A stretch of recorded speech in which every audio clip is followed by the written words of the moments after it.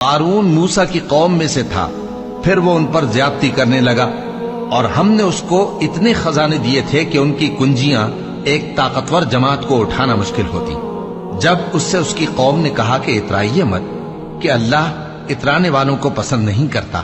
اور جو مال تم کو اللہ نے عطا فرمایا ہے اس سے آخرت کی بھلائی طلب کیجئے اور دنیا سے اپنا حصہ نہ بھلائیے، اور جیسی اللہ نے تم سے بھلائی کی ہے ویسی تم بھی لوگوں سے بھلائی کرو، اور ملک میں طالب فساد نہ ہو، کیونکہ اللہ فساد کرنے والوں کو دوست نہیں رکھتا۔ وہ بولا کہ یہ مال مجھے میرے ایک ہنر کے سبب ملا ہے۔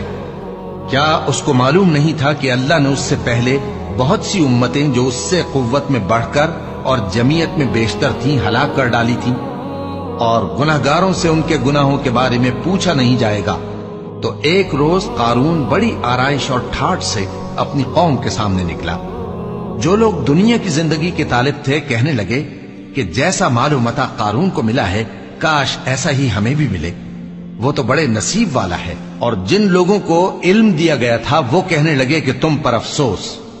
مومنوں اور نیکوکاروں کے لیے جو ثواب اللہ کے ہاں تیار ہے وہ کہیں بہتر ہے، اور وہ صرف صبر کرنے والوں ہی کو ملے گا۔ پس ہم نے قارون کو اور اس کی حویلی کو زمین میں دھسا دیا، تو اللہ کے سوا کوئی جماعت اس کی مددگار نہ ہو سکی اور نہ وہ بدلہ لے سکا۔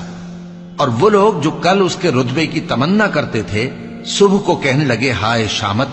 اللہ ہی تو اپنے بندوں میں سے جس کے لیے چاہتا ہے رزق فراخ کر دیتا ہے اور جس کے لیے چاہتا ہے تنگ کر دیتا ہے۔ اگر اللہ ہم پر احسان نہ کرتا تو ہمیں بھی دھسا دیتا۔ ہائے خرابی، کافر کامیاب نہیں ہوتے۔ وہ جو آخرت کا گھر ہے ہم نے اسے ان لوگوں کے لیے تیار کر رکھا ہے جو ملک میں ظلم اور فساد کا ارادہ نہیں رکھتے، اور انجام نیک تو پرہیزگاروں ہی کا ہے۔ جو شخص نیکی لے کر آئے گا اس کے لیے اس سے بہتر صلہ ہوگا، اور جو برائی لائے گا تو جن لوگوں نے برے کام کیے ان کو بدلہ بھی اسی طرح کا ملے گا جس طرح کے وہ کام کرتے تھے۔ اے پیغمبر، جس اللہ نے تم پر قرآن کے احکام کو فرض کیا ہے وہ تمہیں پہلی جگہ لوٹا دے گا۔ کہہ دو کہ میرا پروردگار اس شخص کو بھی خوب جانتا ہے جو ہدایت لے کر آیا، اور اس کو بھی جو کھلی گمراہی میں ہے۔ اور اے نبی، تمہیں امید نہ تھی کہ تم پر یہ کتاب نازل کی جائے گی، مگر تمہارے پروردگار کی مہربانی سے نازل ہوئی، سو تم ہرگز کافروں کے مددگار نہ ہونا، اور وہ تمہیں اللہ کی آیتوں کی تبلیغ سے